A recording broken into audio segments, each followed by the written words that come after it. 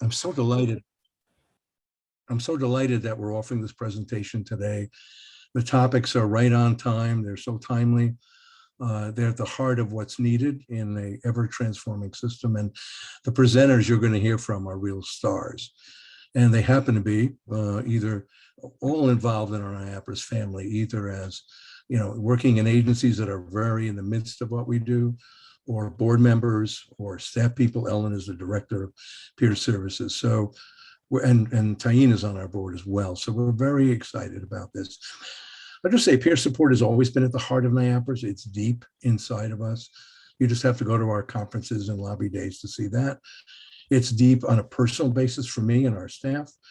As a piloter, creating the Peer Bridger program back in the 90s, as a proponent who's done a lot of, all of us out there speaking and talking about peer support, and as an advocate as well. So I'm just going to do a couple more things. I'm going to give you a quick reminder that this Friday, if you're an NIAPRS member, at noon, we're going to be collaborating with the Conference of Local Mental Hygiene Directors to give a presentation on national models that are police alternatives, first responder alternatives to police, and crisis stabilization centers. We'll have the lead person out at Cahoots in Oregon, Washington, who'll be talking about alternatives to police. And we'll have Steve Michio talking about crisis stabilization centers, which will be huge in New York as the federal money is rolling out. It's only to NIAPRS members. However, if you are, I'm going to put Eileen's address in the chat box, and feel free to email her and we'll get you right in there for noon. Again, and then the conference begins next week on the 21st. You'll see it on the 23rd, the 28th, and the 30th. There's a ton of peer workshops or peer related items. I'm going to put this in the chat box. I'm going to also put, you'll see our homepage, because that's how you can register for the conference, but also where you can get information about, about how to meditate. We have daily meditations and yoga sessions. Really want to encourage you to get healthy there. So with further ado, I'll pass this on to Daniela. And Daniela, thank you so much for your leadership here. You got and it. Eileen, for your work behind the scenes. Thanks, Harvey. And I just put in the NIAPRS website into the chat box for everybody so they can access everything you just spoke about, Harvey. So welcome again, everyone. My name is Daniela Labate Cavelli. I am a NIAPRS employee. We just want to do a couple of quick housekeeping items before we get started. So we are recording today's webinar, and the slides and the recording can be found on our website. We're offering CEs for today's webinar for social workers, CPRPs, LMHCs, and New York State Certified Peer Specialists. In order to qualify for those CEs, you have to be logged into the room and into the webinar platform and not just dialed in on the phone. You'll also be, well, all of our participants today will be receiving a survey at the end of today, or if not today, by tomorrow, from our office. Just fill out that survey, let us know which type of certification you're requesting, and we'll get that to you in probably about, I would say, 4 to 6 weeks. And then also make sure that you use the chat box today. I see people are already using the chat box, which is great. To communicate with us, just chat your questions or comments into both the panelists and the participants so that everybody can see your questions. I'll be collecting them, and then we've set aside some time at the end for questions and answers. Today's webinar is a little bit different. We have a panel discussion, but we also have a presentation. So I'm going to turn it over to our presenters in just a minute. But on our panel today, we have, in alphabetical order, because everyone is our favorite, Ellen Helian, who's the Director of Peer Services here at NIAPRS. We've got Dwayne Mays, who's the Program Director at the Recovery Network and Peer Training Program at MHA of Westchester. Jeremy Ruling, also from MHA Westchester, and he coordinates HCBS and On Track New York there. Emily Vianella, who is the Senior Wellness Specialist at Hands Across Long Island, and then Taina Lang, who's the CEO at Baltic Street AEH, and she's going to be facilitating our discussion today. So I want to give everybody a really warm welcome and thank them for putting this together for all of you today. I'm going to actually turn it over to Ellen now, who's going to give us a little bit of background on peer training. Good afternoon, everyone. Hope everyone had a good morning anyway. One of the first things we always talk about in our line of work is to clarify who is a peer, right? We run into a lot of people in our work that sometimes may not really have a clear definition. So just for our sake here, we're going to talk about basically who is a peer. So a peer is anyone really whom we identify with, right? From experiences to culture to, just a living space. But in the idea of what we're going to talk about here is really, as you know, people with lived experience of mental health conditions and issues, and how that experience may have brought us into being someone who provides peer support. So basically, peer support does the following things. It promotes our recovery. And also keep in mind too that by providing peer support, we're actually receiving peer support. And that's really important to know that. We challenge each other when we get stuck in our recovery and in the direction we're trying to go in. Peer support teaches and we learn from each other, as I just said. Peer support is really a relational way to be with each other. We have relationships that supersede even the relationship between a doctor or a therapist. We kind of really talk about our own experiences, allowing other people to talk about theirs and support each other in that way. What's really important with peer support is the balance of power. You know, a lot of times whenever you go to a therapist or doctor or anything, that paradigm is shifted. So the person providing the support is not really in line with the power balance of the person receiving the support. But between peers, there's an equity there. And peer support is also about helping each other move forward towards what we want our life to look like. Dwayne? And there are basic assumptions around peers and peer support that I am sure we can all agree with. That we believe that all people with psychiatric substance abuse and trauma-related disorders really can and really do recover. And that everybody, no matter what place they are on that continuum, they deserve that opportunity to transform their lives. That no one is put aside because of any other reason or any contributing factor. Everyone gets the opportunity. We just said that, the relationship between peers is a very unique, mutual, respectful, supportive, and very positive relationship that we learn to count on and depend on. Relationships offer a basic, different context and dynamics to any other peer services, behavioral health services. That you won't find anywhere outside of peer support. Dwayne? Thank you, Ellen. In order to promote these principles of peer support, which Ellen mentioned, it's important to understand the role of training and the process of helping individuals develop into effective peer support in personnel. It allows individuals to establish the principles, values, and ethics which are necessary to standardize the type of work which peers are being asked to do. And I remember when I started in the industry, there were very few standards, and it made it difficult for both peers and for potential employers to know what peers should actually be doing. So peer training does help individuals as well as employers develop effective peer roles. At MHA, we do have a very defined model of establishing the way that we create our peer training. And we recently went through this entire process, and we learned a few things as a result of the industry changes. Marketing and recruitment for the peer training has definitely changed over time.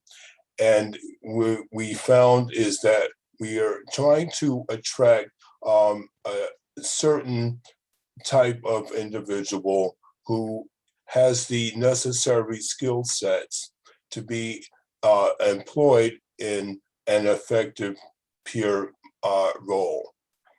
We are screening applicants much differently today than we did 20 and 30 years ago.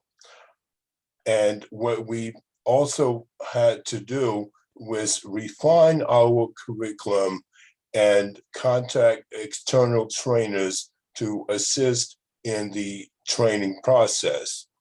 Here in New York State, there is a defined credential process for certified peer specialists. And so our training mirrors the modules of that peer training, as well as providing some basic work readiness skills.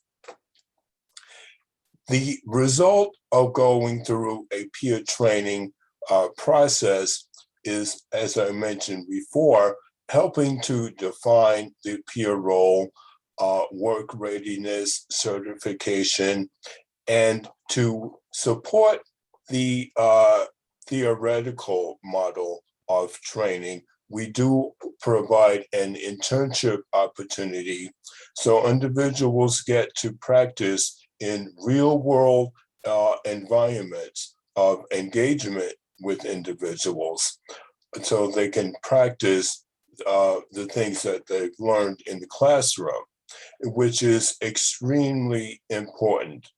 What we've discovered is that there are many people who may be intellectually gifted and can pass the online certification, but they struggle when it comes to actual one-on-one engagement with their peers. So we provide the internship employment to practice the tools that they've learned in the class. And the purpose of the internship is to lead to viable employment opportunities. And we've had interesting success with that. And following just initial employment, of course, is career development. And we can talk a bit more about this during the panel because everyone who are here have different experiences regarding peer training and employment and career development. And with that, I'm going to hand it over to Taina. Hi, good afternoon, everyone. I'm really excited for moderating this dynamic panel. I will, of course, go down through our wonderful speakers, and I want to give a round of applause, of course, to Ellen and Dwayne for all the years of hard work and services that you both have provided in the peer movement. So let's get started, guys, okay? So Miss Ellen Helian began her career in the field of education until her own experience with the mental health system. She has been a well-respected peer service consultant with the mental health system, agencies, and programs for over 30 years. During this time, she has provided executive leadership to one of the leading peer-run organizations in New York State. That experience has given Ms. Healy an extraordinary expertise and the many nuances of mental health systems and the influences of recovery, peer services, creating systems changes with local, state, and federal policy. Currently, she is proudly working with the New York Association for Psychiatric Rehabilitation Services, NIAPRIS, as the Director of Peer Service Division.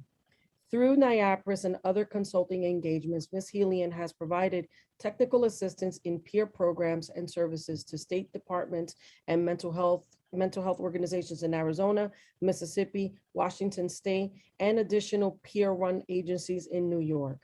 Ellen continues to present at conferences and trainings and a wide variety of topics that affects individuals in their recovery.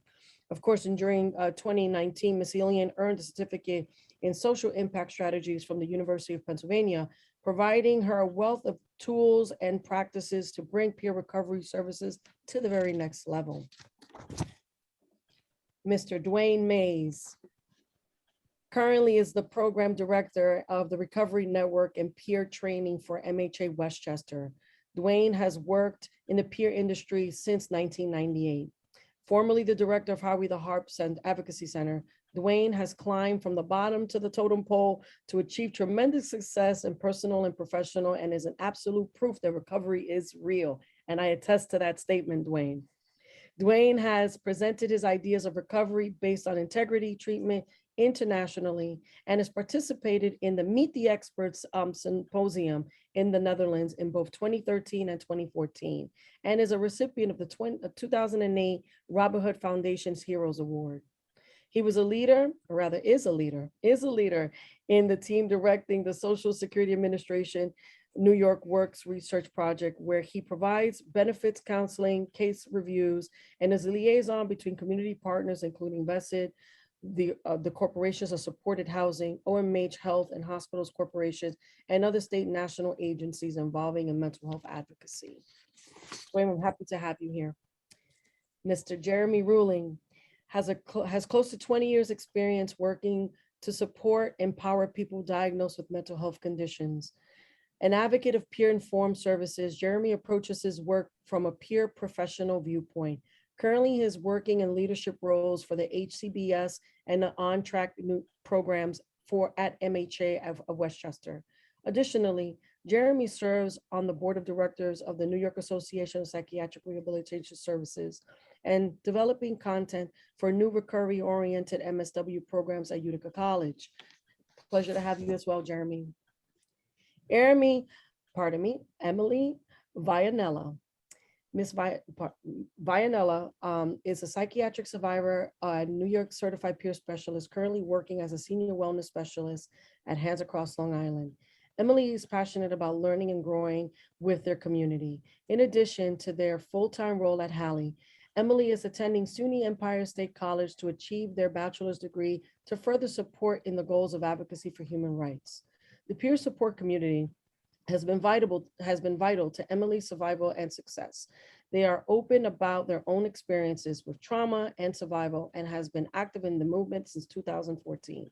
Emily is dedicated in supporting spaces where we can learn and grow together using values and principles of peer support and throughout making genuine connections.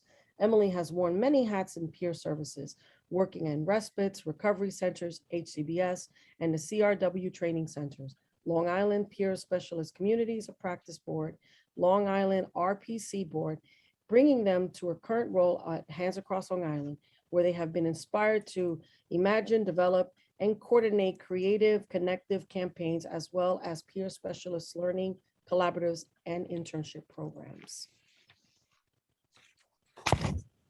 Nice to have you all on this panel. And I'll give you guys, I am Taina Lang. I am the current CEO of Baltic Street AEH, located in New York City. So I run one of the largest peer-run organizations in New York State currently, which has been around for 30 years, and I'm quite proud of this.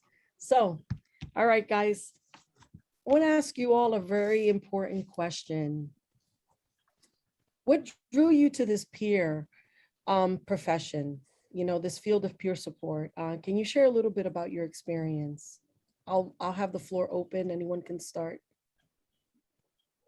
I'll say that I wasn't actually drawn to peer services in the beginning, which sounds kind of hilarious, but I don't think any of us really plan that in life to like, I'm going to grow up and be a peer. Um, but I found peer support quite by accident. I had been institutionalized for quite some time, went through a lot of harm and trauma in those institutions. And I was actually planning on dying at that point, but when it didn't work, I found this training and kind of took it because it's either that or, you know, go away. And it worked out. I learned that a lot of the things that happened to me were not my fault and they were not okay. So I wanted to fight. And I didn't think I could. I lost my memory with shock and things like that. So I didn't think I could. But, I started small and wound up here at Hallie and feeling like I can, support with trainings and support and program develop. I didn't know I could do all this. And I even decided to go back to school. This work really motivated me to dig into my passions, and I'm glad I found it by accident. Okay, Dwayne. I actually didn't know what a peer or peer specialist was. I was in a MICA day treatment program in the mid-90s, and I participated in a survey with an individual who became my mentor, who said, I think you'd make a good peer specialist, and introduced me to the How with the Heart Training Center. So I said, well, why not? Let me give it a shot. And what I learned is that me and some of my buddies in the MICA Day treatment program, we were actually practicing peer support with each other on the way home every day. We were supporting each other in a way which, as Ellen mentioned, there was no power differential. It was mutual, and it was extremely supportive. So that's what really started me into this role of peer support.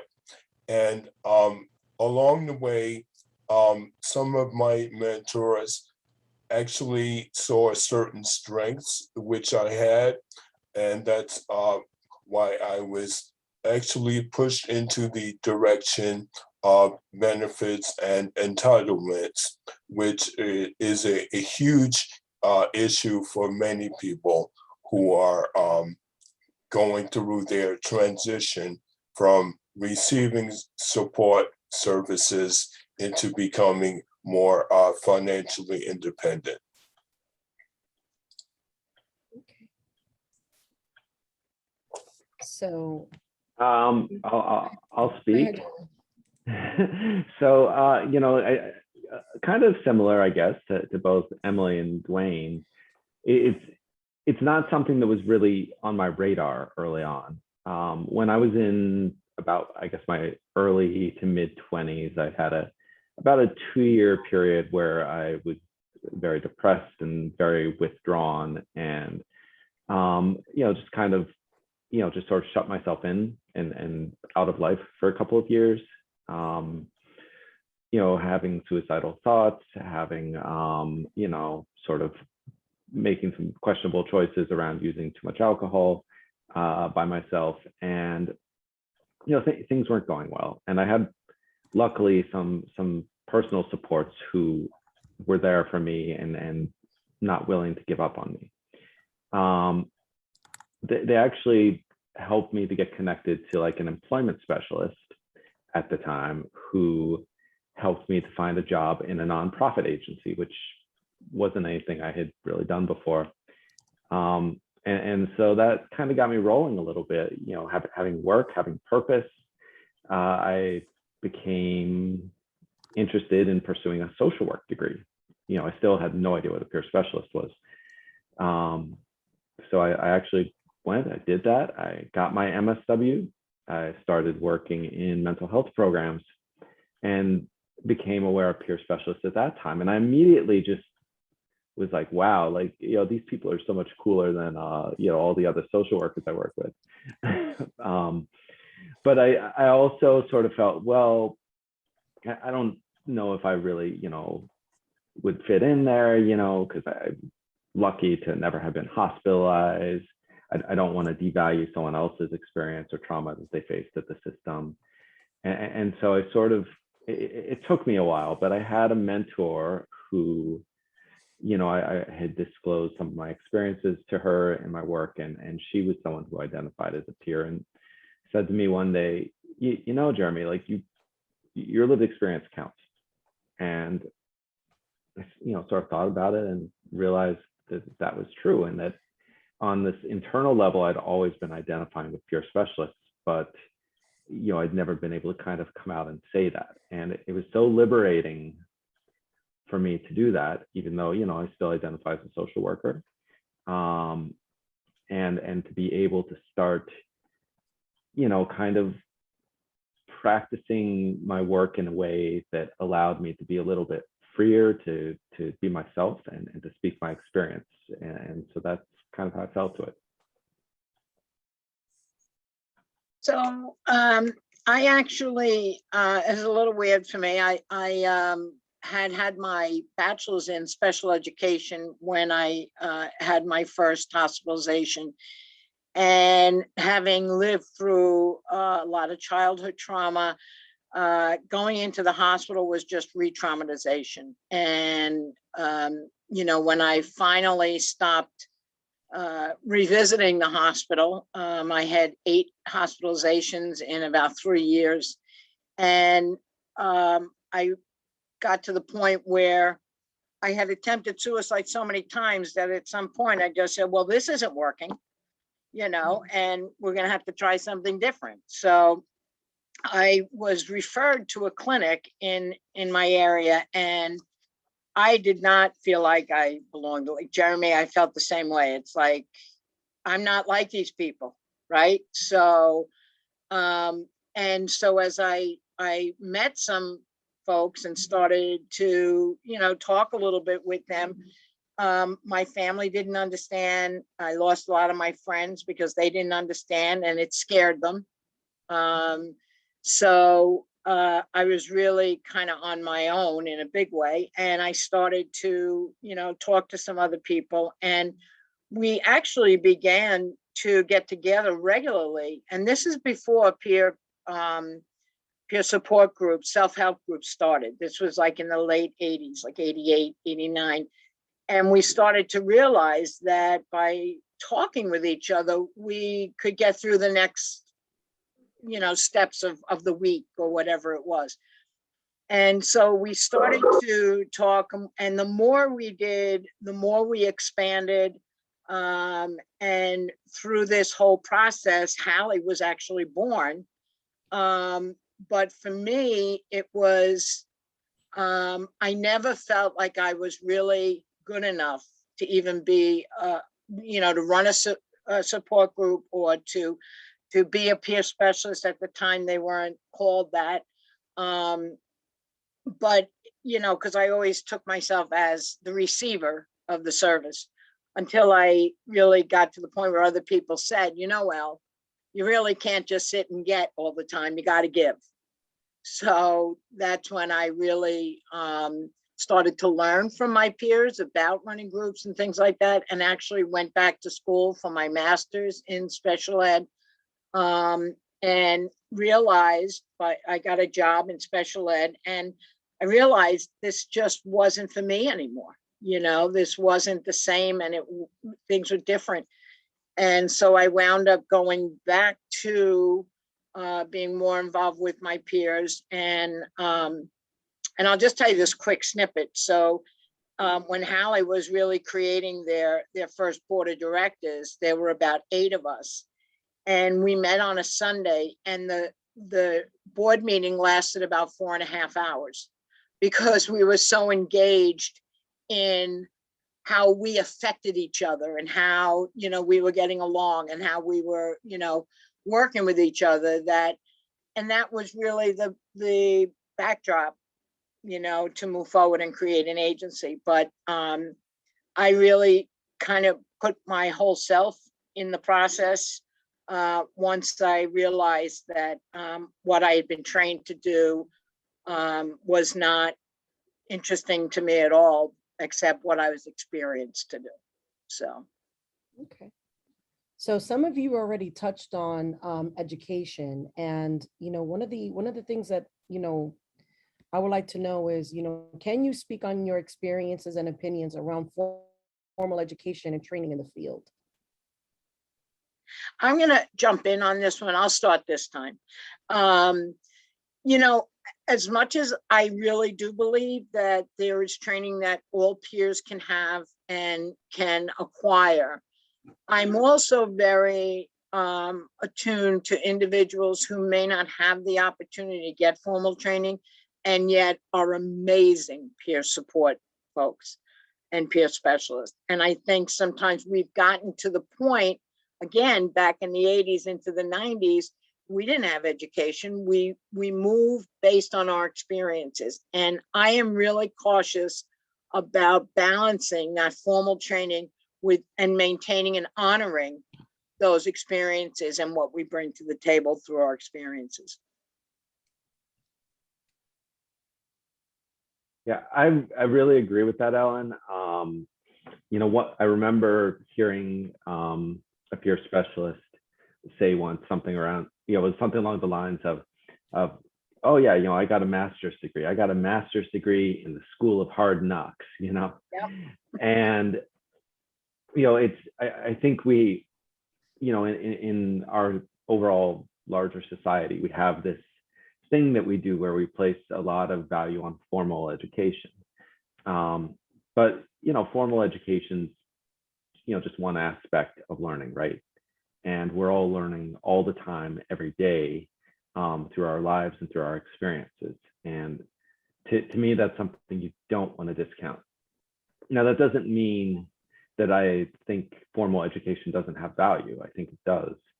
But the question is, what is it that you're trying to accomplish, right?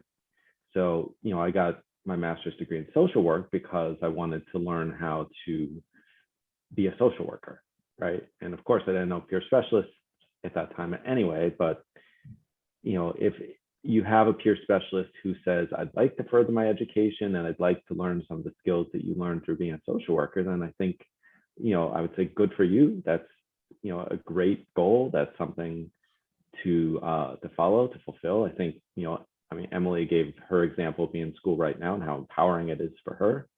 So I think that's wonderful. But I think at the same token, if that's not the route they want to go, but they still, aspire to move forward in their career, I don't think that formal education has to be the only route for people, especially since there's so much, privilege and other things that can be attached to education. I was saying that, I don't know, it's just a piece of paper. It brings us value if we assign it value. That's really the only, I know people who have gone through school can't remember a darn thing they did. They did it because that was something they thought they wanted to do. Myself, I was 31 when I decided to go back to school, and it wasn't for work. It was for myself. And I'm bringing, because of that, I find a lot of value in it. I don't believe that we should be defined by a piece of paper, because what we do, there's so many people who don't have access, like everybody else is pointing to, who are amazing leaders, who are amazing speakers. I'm always surprised when people take me seriously, and I have I have school behind me now. Well, not behind me, but I'm in school. I'm doing all of these things that, I should be great at it, but I'm very surprised that people take me seriously. Meanwhile, I can look at people who are just starting out and it's just this innate ability. So they're, I see it just as a piece of paper, and we assign whatever value we decide. But it's not necessarily an indicator that you will do this much better than someone else.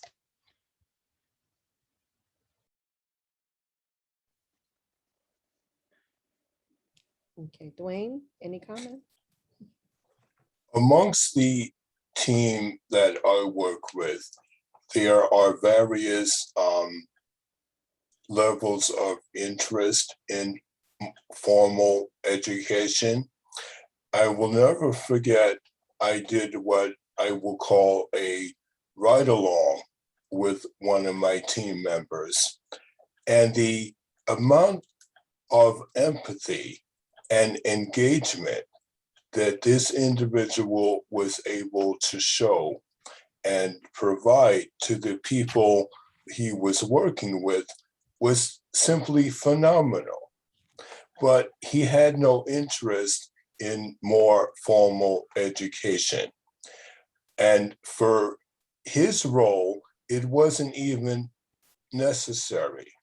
He liked what he was doing, and he is excellent at it. And we just had to work with some of the more technical aspects of the job, but I never ever want to take that away from him, his ability to connect on a human level as a peer with someone else. And I tell my team that regardless of my title or role in the agency or what capacity I'm working in, I always maintain that peer perspective and able to understand what someone may be going through and do my very best to try to assist them. And I think that's the most important thing, that no matter what letters may be behind my name, my first objective is to come from a peer perspective and support and promote the values and principles and practices of authentic peer support. Bravo, Dwayne. So I know that all of you are the leaderships in your current roles and agencies. Who do you look for or look towards for inspiration and mentorship? And what supports do you utilize to maintain your own wellness and self-care? I think, for me, and I know this is going to sound corny, but I really do get a lot of hope and kind of centering from people who share their story, and people that we're working with, even folks that are in the hospital or just getting out of the hospital. What they share is a lot of times, if you take it in, it can be very profound, and I think what's also really important and learning and getting from that is never forgetting where you come from. And I think that that is a huge piece of my recovery. And as far as what I do for my own recovery, I have a family and a couple of dogs. And I actually only recently started actually taking vacation time, which over the last 40 years, I never did. So, but taking it in a way that is really separating me from the work and just from my, my rest, basically. So I think that, but I think if any message I could ever send to somebody, it would be never forget where you came from. So. One Very of much so. the, Oh, sorry, you go ahead. thank you. One of the first lessons I learned as a student at Howard the Hart was the importance of developing a support network. I find motivation, inspiration, and support by almost all of you who are on this panel. There are times when I need to be able to vent and to reach out and ask for recommendations and suggestions and just have the freedom to express how I really think and feel safe doing it. Early in my career, there were specific people who I felt were mentors to me, and that our relationship has changed over time. And now I actually access a much broader group of individuals who support me on a daily basis.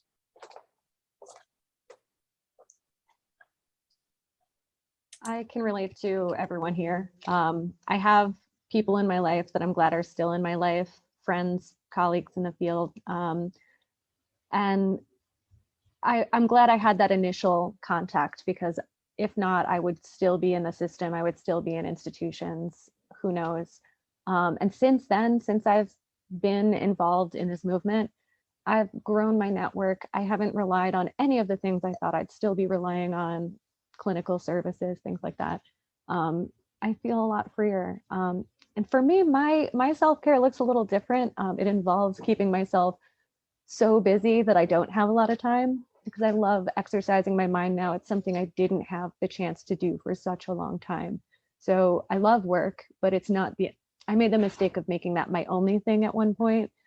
So to keep my mind busy, that's kind of why I decided to go to school. And I just keep reaching out and supporting people, whether it be at work or at home. It's something that keeps me sane, whatever that means.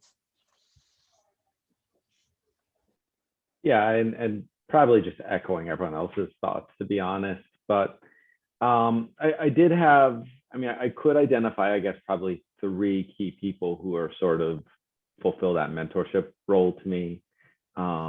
Three strong women, actually, who I was able to learn just a tremendous amount from each of them, and continue to lean on for, you know, support, advice, you know, someone just to sort of vent to sometimes. But aside from that, I think it's so important to develop these networks that everyone's talking about, especially outside of where you work. You know, find people who understand, you know, the role, understand the work, but who are not part of your sort of like day in, day out contacts, because those are people who you're going to be able to sort of really do that peer support thing with, and talk about, you know, the experiences you're both having, you know, not feeling like there's some sort of defined supervisory relationship or power structure that you're beholden to when you speak to them. And so I certainly have some really key supports that, you know, I don't necessarily talk to them all the time, but I know they're there for me when I need them, and I can reach out to them anytime, day or night, and know that they'll be there to support me. And, you know, of course, you know, there's people I work with who I have those relationships with also. I mean, you know, Dwayne was talking about picking up the phone. I mean, I know he and I occasionally have some phone calls about, you know, what's going on at MHA Westchester that we want to talk about.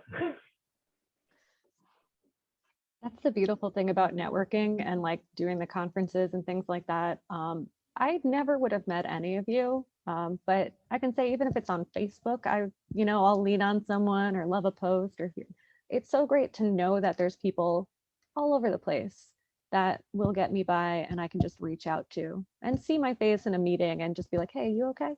I love that. I think for me, it was really important to continue the connectivity, especially during the pandemic. So social media was a great guiding point to continuously connect with folks, making sure that there was at least a virtual connection, even though we weren't able to sit down, pick up the phone. I mean, I think people forget that you can pick up the phone and dial the numbers and say hello, right? I mean, so I think that, I thought that was really important, and especially when we sit in the roles that we sit in, it's important to have, those 2-3 people that you can count on to vent and to continuously, talk about the future and the ideas that you may have. So yeah, I definitely agree with you. And that is spot on. But how do you continue to grow and develop as leaders in the field? And what do you do to keep yourself motivated despite any challenges or obstacles, like I just mentioned, like COVID?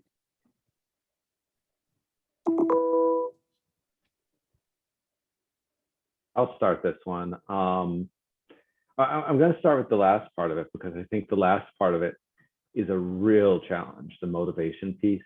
And I think during COVID, it's been like a real challenge to like figure out how do you keep yourself motivated? How do you keep yourself engaged and involved in the work? And part of it to me is even to back up a little bit to that last question and understand that self-care is important, because when you're not doing that self-care, when you're not, taking stock of your own needs, when you're not stepping away, taking a mental health day or doing what you need to do to help yourself to feel better, then the work starts to feel frustrating. The work starts to feel draining, because it is, it's, we're, talking and interacting with people who are going through a really difficult time all the time. And we might not be feeling great that day either. And it's not easy. But I think the other thing for motivation is to find, what are the things that do motivate you, right? Certainly I would say that, something like today, being able to have this conversation with all of you and to, hear what's going on with you and aspects of your story, that's motivating to me because I see tremendous strength in this room. Being able to, speak with somebody who's gone through a really rough time, but is, beginning to kind of find their way, find their path, regardless of how severe their struggles may have been, that's motivating. And so I think being able to find those little pieces of positivity and strength really make a difference for me. As far as developing as a leader, it's funny. Like, I don't think that hard about like, how do I develop as a leader? I think more I just try to think, how can I be most effective in my work? How can I sort of best fulfill my role? And if I'm really trying to put that into it, I think it just kind of helps me to develop, because I'm just gaining that work experience and that opportunities to see and experience new things all the time.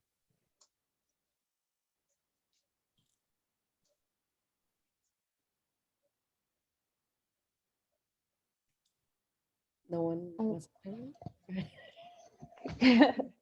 So I'm going to go in the same order as Jeremy, and that was beautiful. Thank you. But talking about motivation, I struggle with seeing myself as valid and seeing my story as something that is inspiring.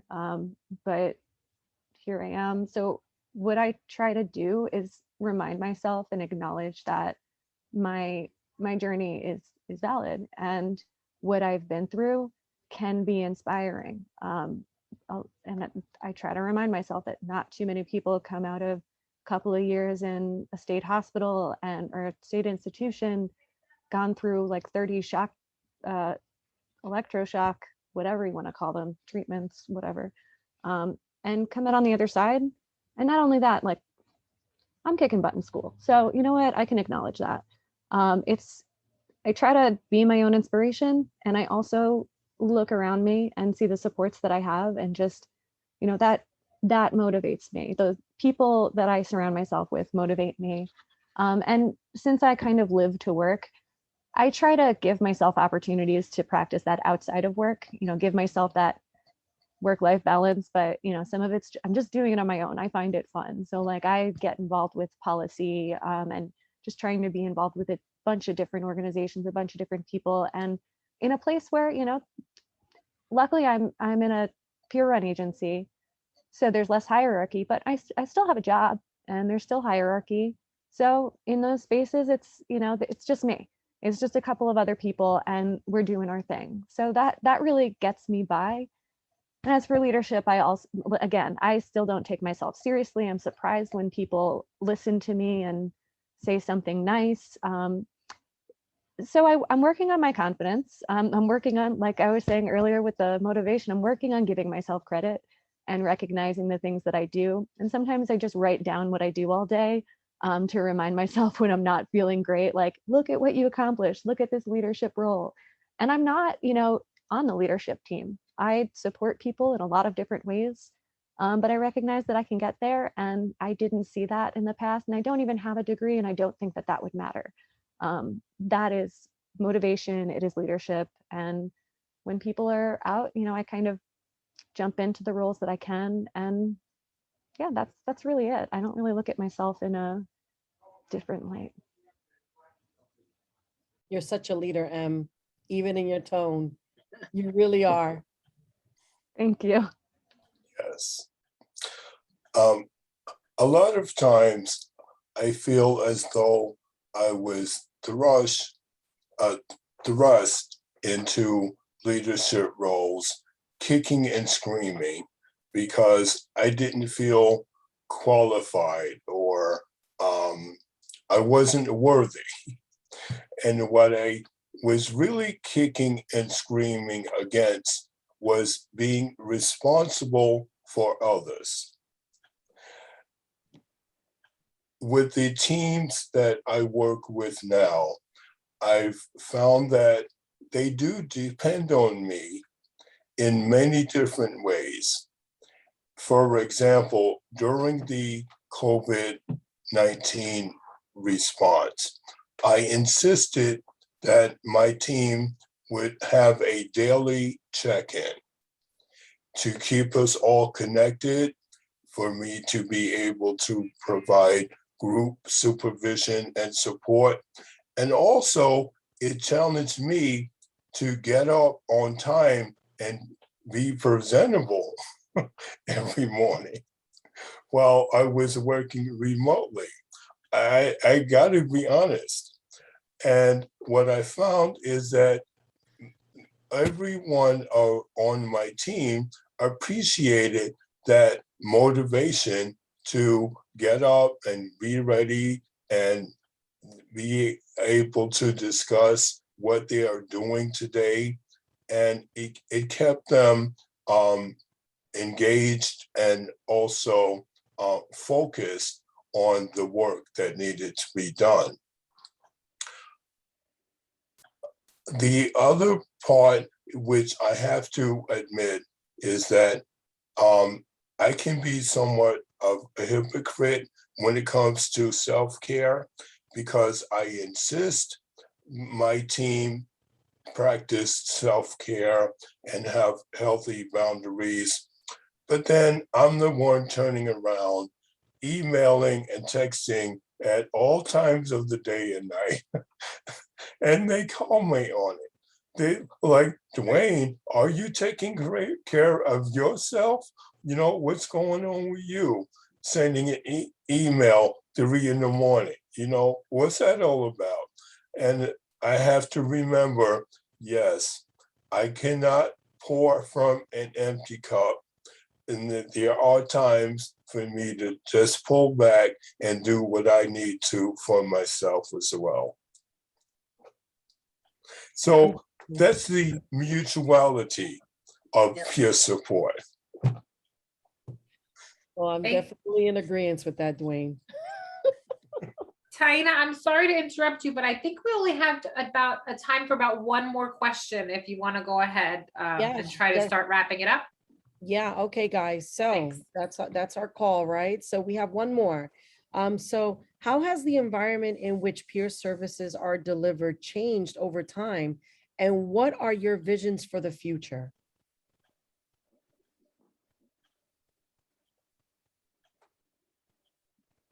Dwayne, I know you wanted to talk about this one first. Yeah, We'll put you on the spot. I'll try to keep it brief. There are so many changes which I anticipate over the next several years, both from a reimbursable perspective, from a legislative perspective, but ultimately it's a reflection of how peer support is a critical component of the service model for individuals in the behavioral health system. When I was talking about the training which we provide at MHA. One of the things that we had to recognize is the digital divide, where individuals are expected today to have certain skill sets to be able to effectively document the work that they're doing with others. When I started in the industry, there was no requirement to document anything, actually. But today, it's taken on a whole different dynamic. And there is some chatter about a national certification, which will perhaps even provide a different level of standardization of training. And on the funding part, who knows, peer support may become Medicaid billable sooner than later. I have mixed feelings about, there's been a lot of changes in peer work. I mean, there's some good, some that could possibly, I don't know what it's going to look like, but I mean, a certification process, professionalization, it can be a good thing. I mean, we live in a capitalistic society, so we all have to survive. We all have to, make some sort of money. We don't make a lot, but a lot of us don't get in this for the money. But with that, and with certification, with billing Medicaid, yes, we're, making money for doing something that we love, but we also have the potential of moving further away from the values of mutual support. So it takes a lot of work to insert those values into the peer workforce.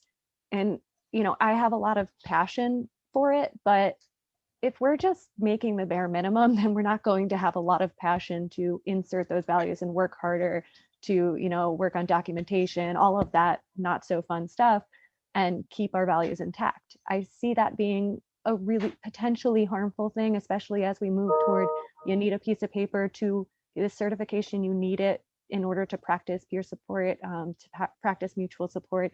So we're moving toward that. You still need a proof of something. And I feel like that can be good and it can be bad. Yes, we're increasing the professional standards, making sure we're all learning something similar, but you lose something in that. So I hope we can move toward valuing people for people like a lot of us were expressing. And I hope we can move toward being able to insert the values and principles of mutual support into this professionalized field, and maybe just have, I don't know. I hope our training standards include some of those difficult subjects to talk about, and not just how to document and how to, there's some great stuff out there, but it's difficult. I agree with you, Emily and Dwayne. It is a balance, and you have to be clear about what you may be giving up on one end to gain in the other end. I think one of the biggest concerns is co-optation. I think it's very easy for peers to work, especially in environments where there are the predominantly non-peer employees. So, having not just one peer in those kind of environments, because they're just so easily sucked into that co-optation.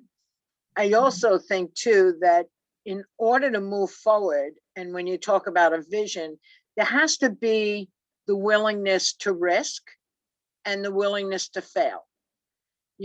Because we learn something on every one of each time those things happen. I know that, when PROS first came out, we risked opening up our own PROS.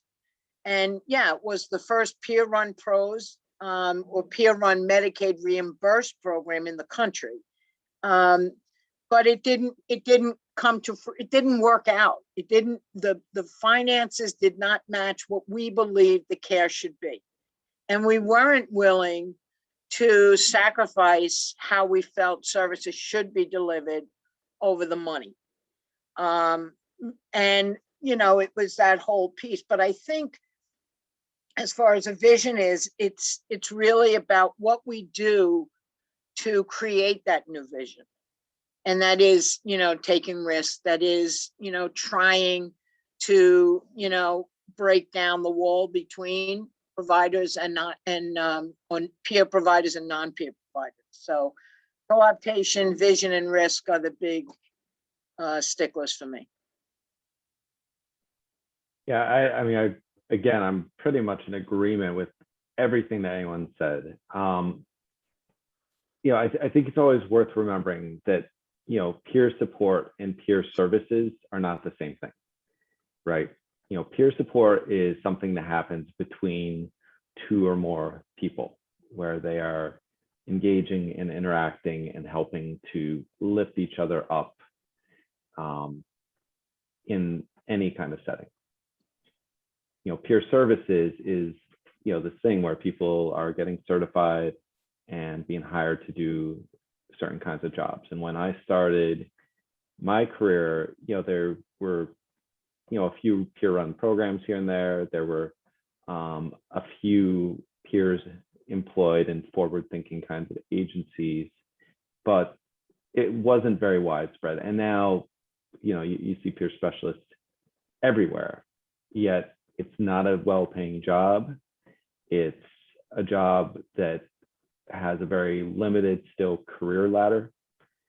I think it's really vital that all of us, whether it's the people who are, on the panel today, whether it's people who are attending the webinar, we have to get into that advocacy role and not say, this is what's going to we're not going to let things happen to us, right? We have to be leaders in trying to help drive that narrative of where does peer support go? What's the role, that are possible? How do we get more people who have lived experience and identify as peers into significant leadership positions? How do we, really sort of help all services be informed first and foremost from a perspective of people who have been there and done that, right? And not just informed through, where the dollars are going or, who has a certain degree. I do think there's room for all sorts of people at the table for sure. I don't think that every last person in mental health services has to have lived experience. But if the voice of lived experience and peers is, kind of lost in the mix somewhere, that just dooms us to continue repeating the same mistakes that, unfortunately over years and years and years have been repeated time and time again. And just the last thing, I kind of want to tell like a quick story because Ellen mentioned co-optation. And so a few years ago, I was sitting in the audience for a workshop at a conference. And a person who's on this panel today was on a panel that day as well. And we were talking about they were talking about rather peer certification, and it was about to get started for the first time and what was going to look like. And they had a PowerPoint, and their PowerPoint consisted of a single slide, and it was that word, co-optation. That was Dwayne. So, Dwayne always able to kind of help people to think about some of the issues that need to be thought about.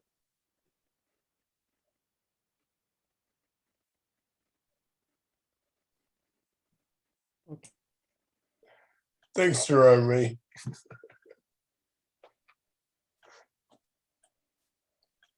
Okay, all. So I believe that I'm going to turn it over to Daniela, who has been graciously on the back end collecting questions from our wonderful audience to ask our pristine panelists. So Daniela. All right, thank you, Taina, and thanks to all of our panelists today. We did have a few questions come in, and I suspect as we start talking and reading the questions out loud, more will come in. So I'll try to do my best to keep track because you guys are like flying through this chat box, a lot of chat happening. So the first question I think actually came up, Dwayne, while you were presenting, and it was around internships. So maybe we could start this one with you. And it was around how much do people understand and respect peer roles in the places where the internships happen? You know, that's really a great question. So many times, agency and personnel who are asking for an intern or even an employee in the role of peer specialist don't even have a job description. And that's one of the first things which I insist they develop, not only to help them understand what they expect, but also to give our potential interns an opportunity to decide, is that something they want to do? So we work very closely with the internship placements to make sure that it is a supportive environment and the role of the peer specialist is clearly defined. Thanks, Dwayne. And I know some other folks on the panel also have some training programs and or have insight into training programs, and maybe if you wanted to add anything else. I know that's a difficulty that a lot of people face, is like, how do you even ask to hire a peer specialist when you don't know what a peer is?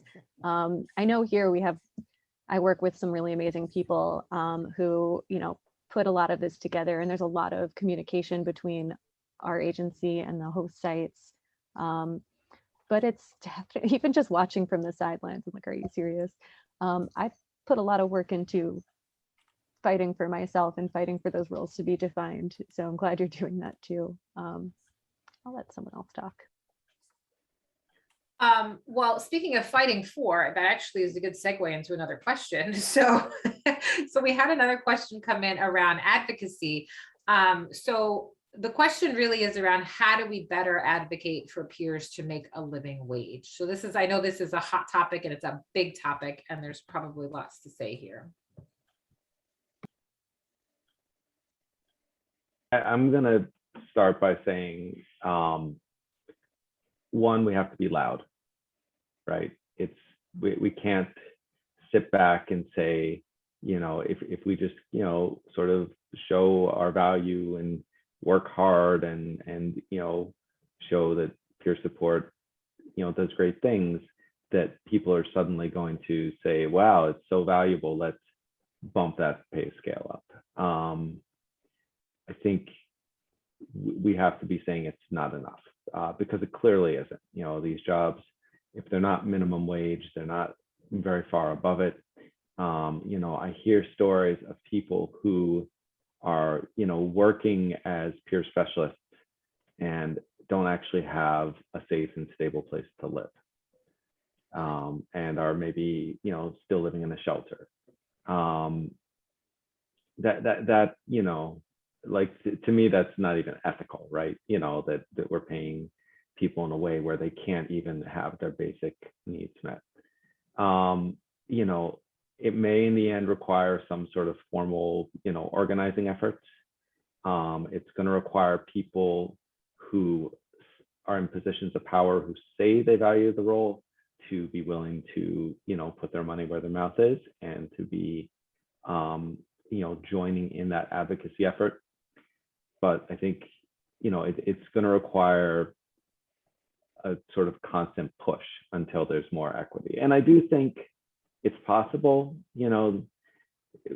Peer specialists are not the first, mental health specialty role that has been underpaid, and other groups have been able to, I'm a social worker. Social workers, once upon a time, were, horribly underpaid also. And actually, I will say they still are underpaid, but not horribly underpaid now. Now they're just underpaid. And it required a lot of time and effort in pushing in advocacy. And so that's what I believe, is needed. So I'm going to just jump on that. So, you're right. Social workers, have also been underpaid. And somebody mentioned it here about unionizing and things like that. But I guess where I would think we go is to the payers. So if OMH is in a contract with an agency, then we need to advocate with OMH to include the necessity and the mandate for peer specialists. And it's the same thing with Medicaid. If Medicaid is demanding that a person be a peer to provide these services, then we have grounds to turn around and say, look, you need us. You're mandated to have our services. And somebody else made a point here in the chat box that I just assumed I'd have to take what I get. And yet, isn't that the message we've had in our brains forever?